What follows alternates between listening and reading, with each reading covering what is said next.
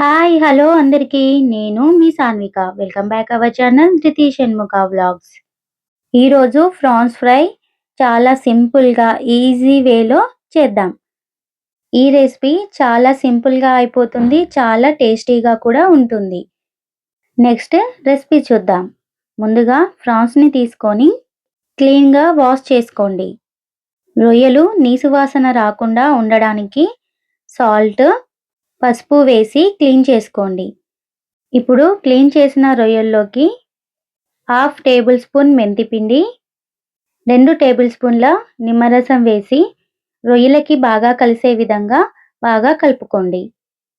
రొయ్యలలో మెంతి పౌడర్ ఎక్కువగా వేయకండి. రొయ్యలు చేదుగా అవుతాయి. అందుకని హాఫ్ టేబుల్ స్పూన్ తీసుకుంటే సరిపోతుంది.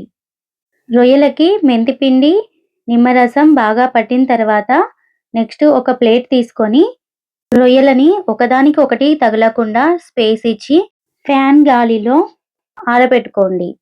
వెట్టుపోయే వరకి ఆరబెట్టుకోండి.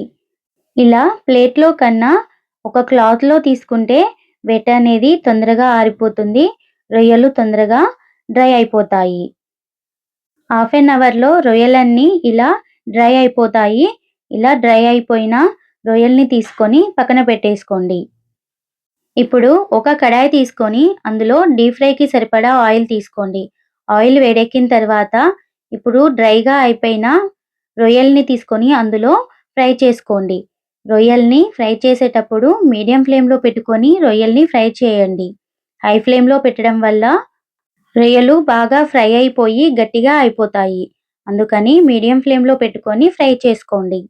రొయ్యలు బాగా ఫ్రై అయిపోయి లేత బంగారు రంగులోకి రాగానే ఒక సర్వింగ్ ప్లేట్‌లోకి తీసుకొని పక్కన పెట్టేసుకోండి. నెక్స్ట్ మరో కడాయి తీసుకొని అందులో 2 గంటెల నూనె వేసుకొని నూనె వేడెక్కిన తర్వాత 1 టేబుల్ స్పూన్ వరకి జీలకర్ర వేసి వేయించుకోండి. నెక్స్ట్ స్టవ్‌ని లో ఫ్లేమ్‌లో పెట్టుకొని 1 టేబుల్ స్పూన్ అల్లం వెల్లుల్లి పేస్ట్‌ని వేసుకొని బాగా కలుపుకోండి. నెక్స్ట్ ఇందులోనే కరివేపాకు కూడా వేసుకొని బాగా వేయించుకోండి. కరివేపాకు బాగా వేగిన తర్వాత హాఫ్ టేబుల్ స్పూన్ పసుపు కూడా వేసుకొని బాగా కలిపి ఇందులోనే 1 టేబుల్ స్పూన్ వరకి కారం కూడా యాడ్ చేసి బాగా కలిపి మనం డీప్ ఫ్రై చేసి పెట్టుకున్న రొయ్యల్ని ఇందులో యాడ్ చేసుకొని కారం రొయ్యలకి బాగా కలిసే విధంగా బాగా కలుపుకోండి. ఇందులోనే రుచికి సరిపడా సాల్ట్ కూడా యాడ్ చేసి 2 నిమిషాలు ఉడకనివ్వండి. నెక్స్ట్ సన్నగా తరిగిన కొత్తిమీర కూడా చల్లుకొని వేడి వేడిగా సర్వ్ చేసుకుంటే చాలా టేస్టీగా ఉంటుంది. ఈ ఫ్రై రోటీస్‌కి, రైస్‌లోకి, బిర్యానీలోకి దేనిలోకైనా చాలా పర్ఫెక్ట్‌గా ఉంటుంది.